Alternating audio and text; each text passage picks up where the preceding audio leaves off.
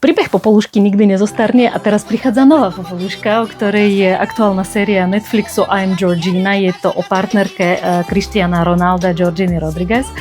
A ak si chcete pozrieť Instagram storky, ktoré trvajú 15 hodín, tak toto je práve tá séria, ktorú si chcete pozrieť. Neviem, či cez víkend je to čistá oddychovka, ale je tam zo pár zaujímavých bodov, ktoré by som chcela podotknúť. Nie, že by táto séria si zaslúžila stratu vášho vzácneho času, ale ako relax a ako také poohliadnutie sa nad ďalším príbehom Popolušky. Trh si žiada, hlavne ten mediálny trh, si žiada nové obete, nové tváre, nové krásky, ktoré z ničoho získali všetko. Príbeh Georginy, ktorá proste vyrastala ako dieťa emigrantov v Španielsku, odsťahovala sa do Madridu, keď mala 18 alebo 19 rokov.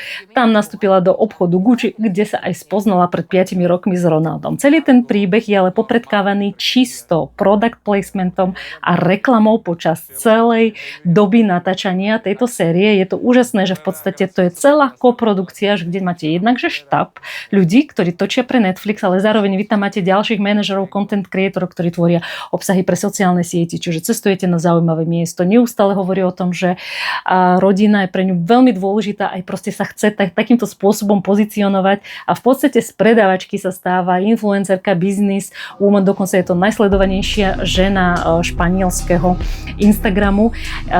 Robí promo rôznym značkám, vysviecuje rôzne témy, podujatia, kde sa zúčastňujú naozaj ľudia, sú zvedaví, chcú sa s ňou fotiť a chce budiť dojem to, že je rodine založená, ale pritom 90% obsahu, ktorý tam vidíte, je to, že je odcestovaná, že je na fotení, že jetom letí, aby si vyskúšala šaty. Potom chce poukázať to, že večer sa vrátia vždy tie deti poboská v postielkach.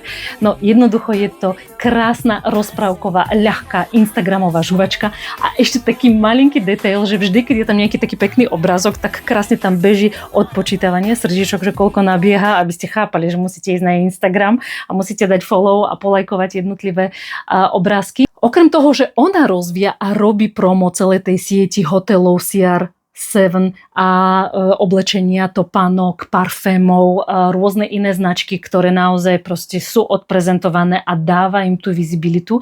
Tak ešte aj s tým, že Cristiano prichádza s YouTube kanálom, ktorý bol asi najrýchlejší YouTube channel za posledné roky a za chvíľu predčí aj Mistra Beasta, za chvíľku je to miliarda sledovateľov, ktorých má na svojej strane samotný Ronaldo, tak chápe, že chce kanály, nad ktorými má aj on tú kontrolu. Nemyslím to, že on si sedie a striha tie videá, ale že jednoducho chápe, že mu narastá to mediálne impérium, ktoré spolu s Georginou majú a že tam je ten ďalší priestor na monetizáciu. V každej časti si vychvaľuje šunku a stále je sušenú šunku, chorizo a to som ešte nepochopila, že to nebude náhodou ďalší biznis. Kvázi reality show, ktorá je ale neskutočne inštalovaná, čo na jednej strane hovorí, že nakupuje veľmi, veľmi málo a potom príde do butiku, kde nechá takmer 30 000 eur a vykúpi takmer všetko, že raz hovorí o rodine a potom vlastne sa ukazuje to, že je na festivale, cestuje, proste fotí. Veľmi ma pobavilo to, že v niektorých častiach naozaj sa vyskytne Ronaldo, aby neupadalo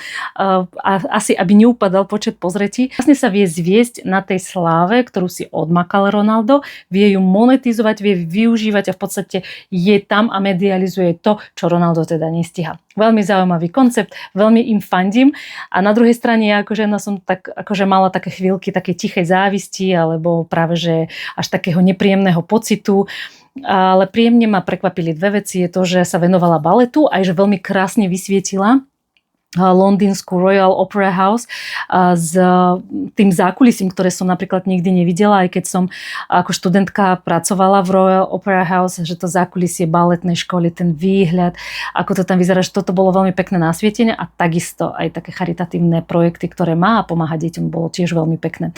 No a zvyšok tam boli body, ktoré ma brutálne rozčulovali, napríklad to, že pošlete jet po Tatera, ktorý vám má na predlaktie vytetovať nejakého úplne takého gičového anielika len kvôli tomu, že áno, že má traumu, že prišla o dieťa, ale proste ten samotné to podanie bolo také veľmi také gičové a lacné. Nož ale, a budem sa tešiť na vaše reakcie, poďme rozobrať novinku, ktorá sa veľmi silne prelína so sociálnymi sieťami, s mediálnym impériom, s pozornosťou a s jej monetizáciou a tomuto sa ja veľmi rada venujem.